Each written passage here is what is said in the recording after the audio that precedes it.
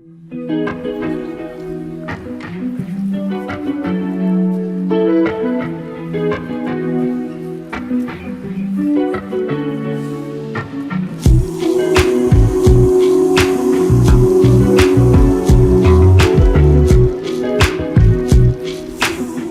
ये महिंद्रा के घर से आने वाला एक और पिकअप है। बोलेरो पिकअप की अपार सक्सेस के बाद में महिंद्रा ने जीतो के भी 2 लाख से ज़्यादा यूनिट बेच लिए।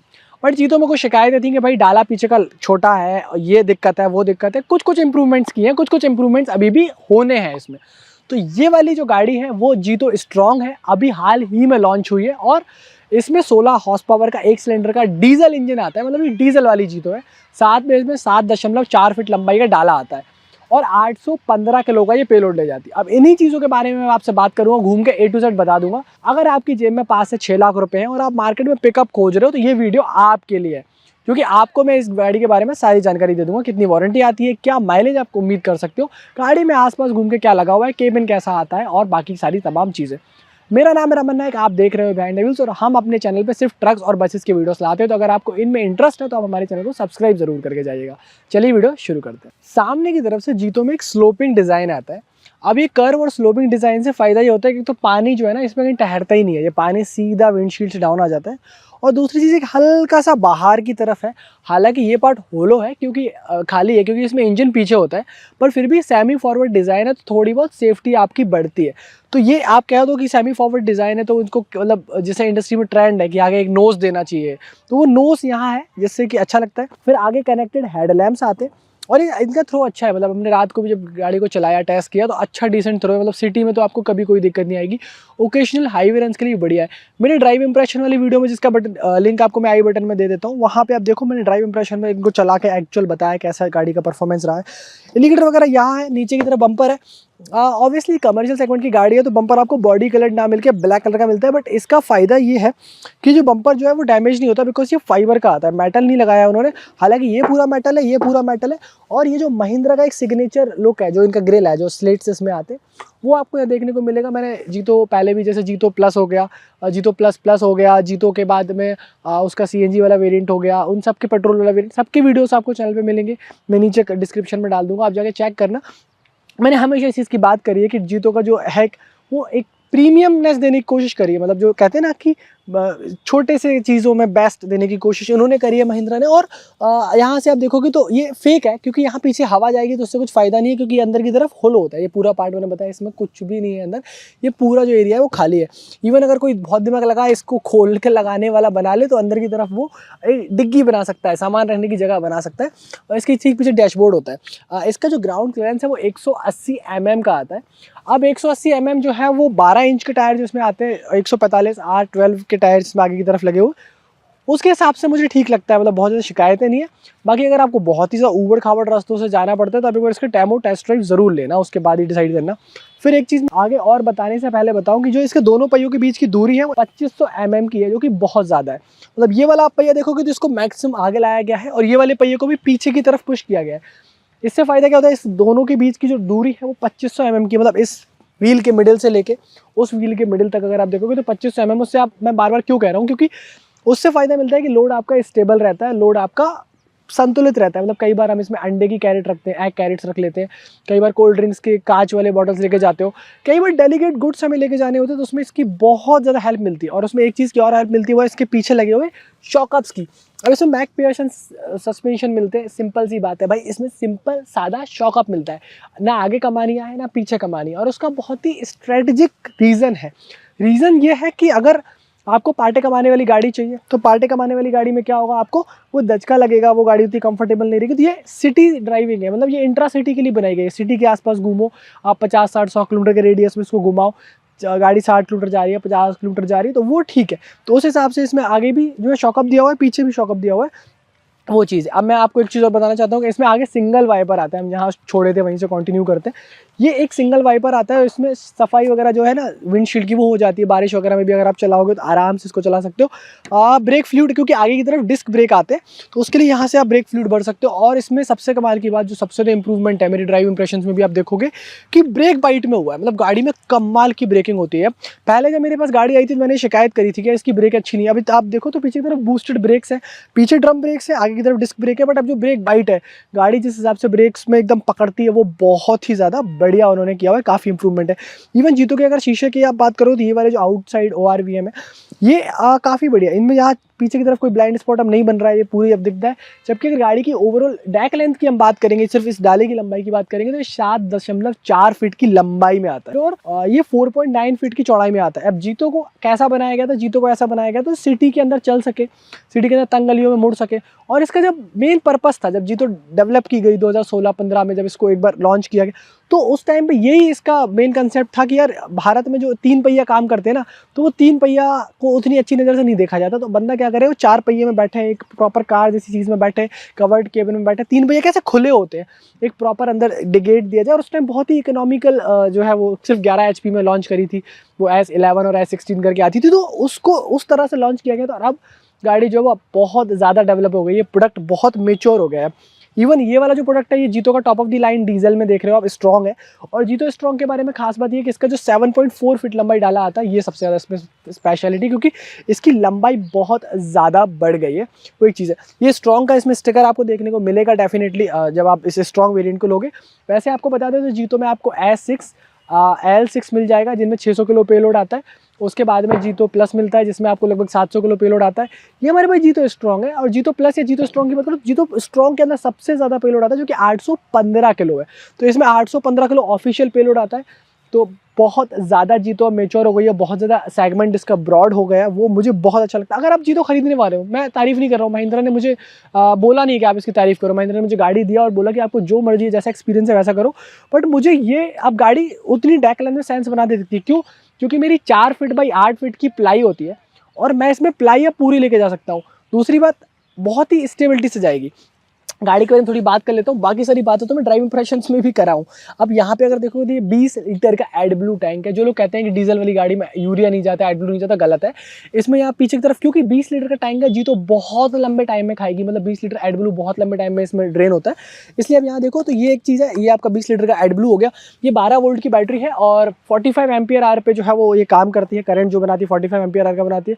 अब अगर ये 38 एम्पियर आर की भी मिलेगी अगर आप छोटे वेरियंट्स लोगे, उसमें इंस्ट्रूमेंट क्लस्टर इसमें डिजिटल वाला है, उसमें एनालॉग वाला इंस्ट्रूमेंट क्लस्टर आएगा, तो उस चीज़ के हिसाब से।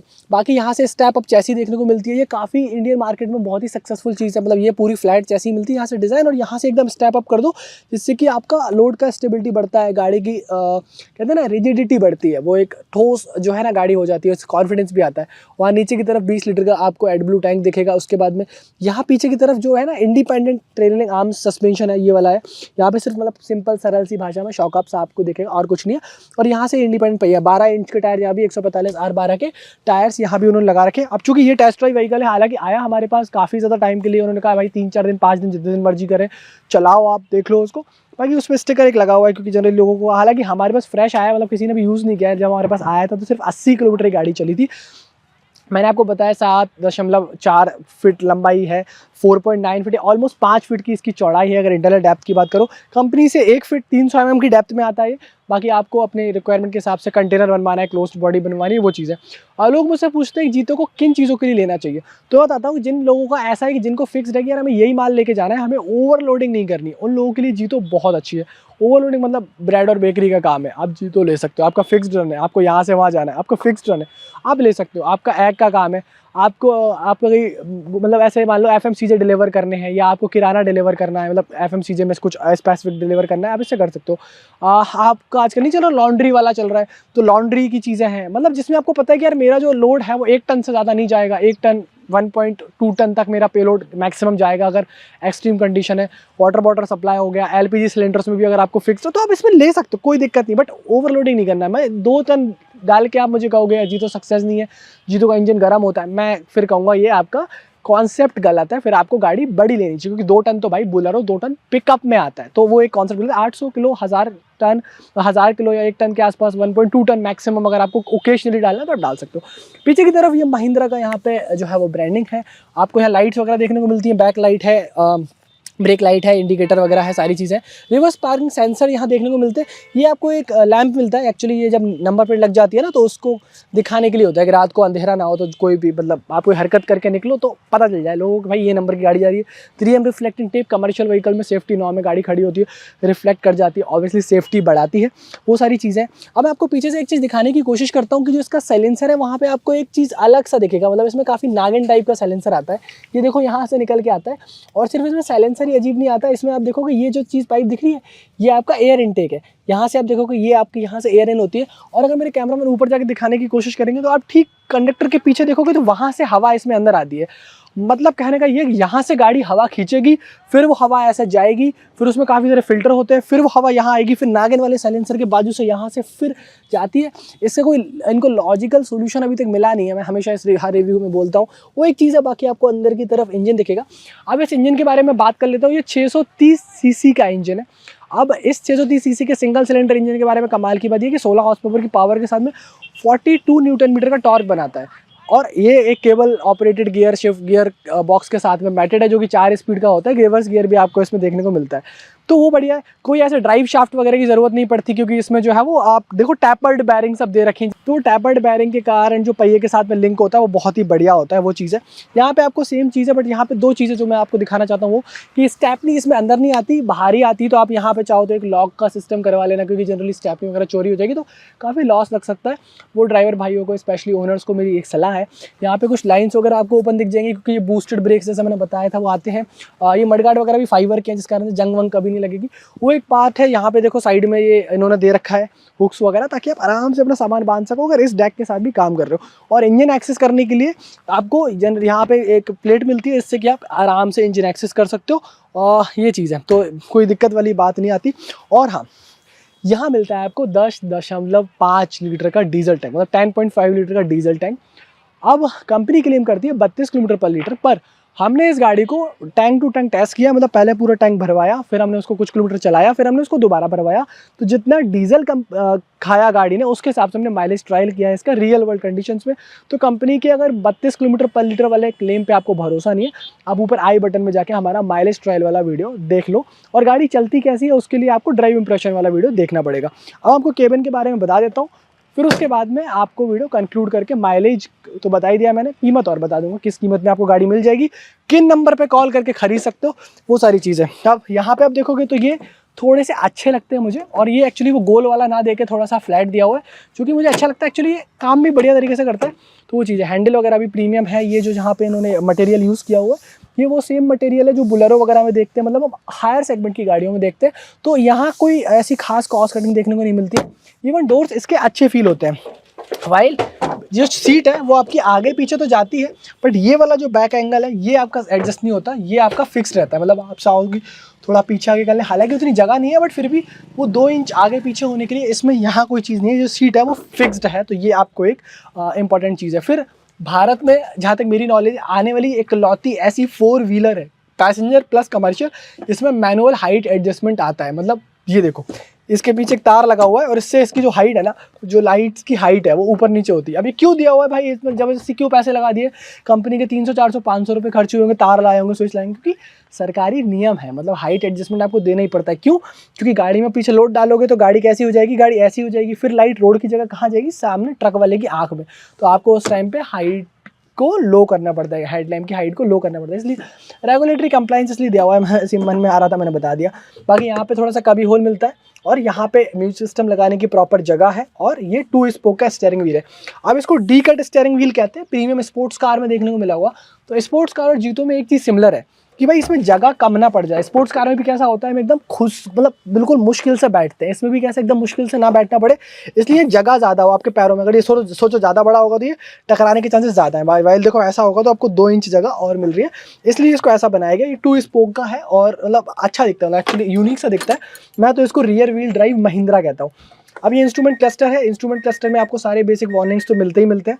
साथ में आपको एक चीज़ और देखने को मिलती है कि यहाँ पे डिजिटली आपको फ्यूल देखने को मिल जाएगा, कितना फ्यूल है, और उसमें जब 2 लीटर से कम होता है तो वो T T T T T T ऐसा करते रहता है, आपको बताते रहेगा कि इसमें फ्यूल कम है, फ्यूल भरा लो, रिफ्यूल कर लो। फिर यहाँ पे आपको दिखेगा कितनी गाड़ी गर्म हो रही है। ऊपर की तरफ आपको ट्रिप भी मिलता है कि आप सेट कर लो क्या सुबह से कितना चलाया है, फ्यूल भरने के बाद हमने कितना चलाया। ट्रिप और ट्रिप भी को ऐसे डिवाइड कर सकते हो। ओडोमीटर है, टाइम वगैरह दिखता है। तो मुझे क्लॉक पसंद आती है, डिजिटल स्पीड दिखती है, तो थोड़ा सा मॉडर्न लगता है। हालांकि याद रखना कि ये जीतो डीजल में आता है। अगर जीतो के आप सीएनजी वगैरह वाले वेरिएंट की बात करोगे तो मैंने बताया था उसमें थोड़ा नीडल वाला आता है, तो वो एक आपकी प्रेफरेंस आप देखना कि उसके बेसिस पे अगर आपको डिसाइड करना हो सीएनजी, डीजल या पेट्रोल तो कर सकते हो। 4 स्पीड का डैश माउंटेड गियर ड्राइवर है, पीछे की तरफ केबल ऑपरेटेड है, वॉक थ्रू केबिन है, मतलब बीच में कुछ ऐसा नहीं है, तो आप उधर से भी उतर सकते हो। जनरली बहुत टाइट अगर इधर गाड़ी को लगा दिया आपने पार्किंग में तो निकल सकते हो। हैंड ब्रेक वगैरह बीच में आता है। 2 लोग कंफर्टेबली बैठ सकते हैं, 3 लोग अनकंफर्टेबली बैठ सकते हैं। पासिंग D+1 की आती है। प्रैक्टिकल कंडीशंस में 1-2 किलोमीटर के लिए किसी को बिठाना है, लेबर को या किसी को बिठाना है जिसको सामान लोड अनलोड करना है तो बिठा सकते हो। बाकी रिकमेंडेड भी नहीं है और इसमें जगह भी नहीं है, सही बात बताए तो ये चीज़ है। बाकी स्टीयरिंग कहीं से कहीं एडजस्ट नहीं होता। 2 स्पीड के वाइपर्स आते हैं और आपको हेडलैम्प्स के कंट्रोल भी पार्किंग और मेन लैम्प्स के मिलते हैं, यहीं से मिल जाते हैं इंडिकेटर वगैरह के, तो वो फीलिंग वगैरह अच्छी होती है। 12 वोल्ट का एक आउटलेट मिलता है जिसमें आप ऑब्वियसली मोबाइल वगैरह चार्ज कर सकते हो। ये डायरेक्ट USB वाले से थोड़ा बेहतर है। और ऊपर की तरफ एक लाइट मिलती है। ये लाइट थोड़ी सी चिंटू पिंटू है, बट जब रात को अंधेरा होता है तो बड़ी काम की आती है। मेरे को स्पेशली पैसे वगैरह गिनने हो, टोल की पर्चियाँ देखनी हो तो ये बहुत हेल्पफुल होती है। और यहाँ पे ऊपर की तरफ सन वाइजर आता है। हालांकि ये कुछ काम का तो नहीं है क्योंकि ऑलरेडी मेरी हाइट से 6 फीट है, मैं टकरा तो नहीं रहा हूँ, बट अब मुझे कुछ दिखेगा नहीं अगर इसको लगा लूँगा। बट आता है, अच्छी बात है। टिकट होल्डर की तरह काम कर सकता है, टोल की पर्चियाँ रख दी। क्यों? क्योंकि इसमें ना तो डोर्स में जगह है बॉटल होल्ड करने की, टिकट होल्ड करने की, ना कहीं और ऐसी खास जगह है, तो वो चीज़ है। अब मेरे कैमरामैन उधर से आएंगे तो मैं कुछ चीज़ें आपको और बताता हूँ। और यहाँ पे म्यूजिक सिस्टम लगा सकते हो, कुछ आपको यहाँ पे जगह दे रखी है, अगर आपको बाद में कोई स्विचेस वगैरह ऐड करवाने तो वो करवा सकते हो।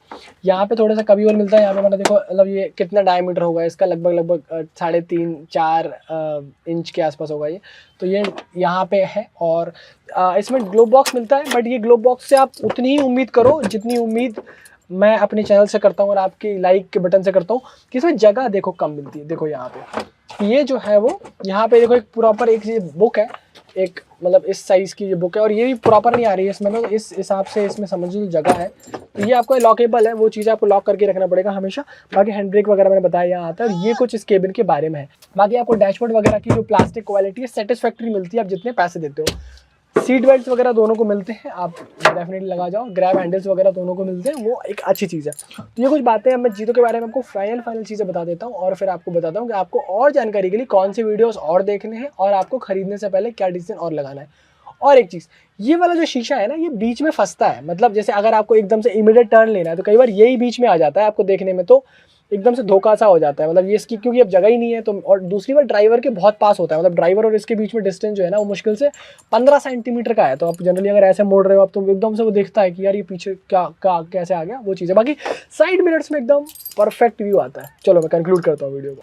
तो महिंद्रा ने 5,28,000 के एक्स शोरूम प्राइस पे जीतो स्ट्रॉन्ग को भारतीय बाजार में प्लेस किया हुआ है।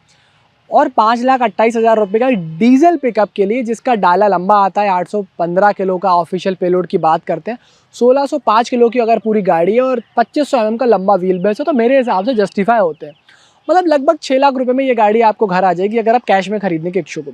अगर आपको फाइनेंस के बारे में जानना है, डाउन पेमेंट के बारे में जानना है, तो आपको लगभग 60 से लेकर 80,000 रुपये जेब में होंगे, तो आपका काम डाउन पेमेंट के बाद बाकी सारी किस्तें बन जाएंगी।